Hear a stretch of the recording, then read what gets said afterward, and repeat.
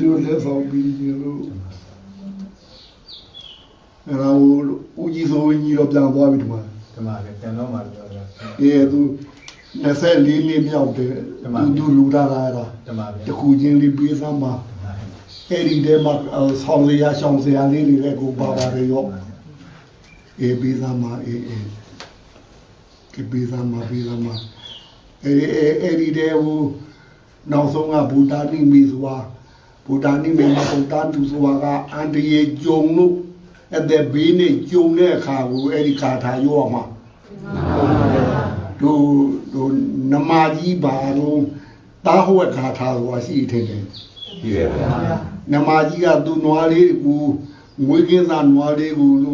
သူများမမြင်အောင်လို့ဖွက်တဲ့ခါထားအဲ့ဒါကိုတားဟွက်ခါထားခေါ်တယ်တို့ကလည်းကိုဖွက်တတ်အောင်လို့ဟဲ့နာဒီရဲ့ဂျုံလေးဘုံတန်တဲ့ကိုရောက်မယ်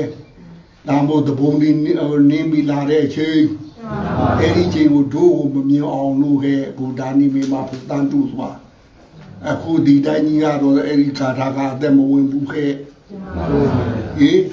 အဲ့လိုအန်ဒီရဲ့ဂျုံတဲ့ခါသုံးဘူးအဲ့ဒါဦးကြီးစိုးဝေးလို့သွားတာဒီအဲ့ဒီသာဝတီ24နှစ်မြောက်တဲ့တဘောင်းမွေးဝေဖို့လေအဲ့ဒါဒီပြီးခြင်းလို့တဲ့အိမ်တခုဒီညတော့လည်းကြာထိုးထားမှာပါဝေးကြည့်လာမအောင်များရှိဘူး ဟုတ်ဗျာရပါတယ်ဗျာ ဟောမအေး ရရတာဗျာ တို့ကတော့ကြာထိုးထားလိမ့်မယ်တဲ့နာဟုတ် ဟုတ်ပါဘူး အေးအဲ့ဒါဒီ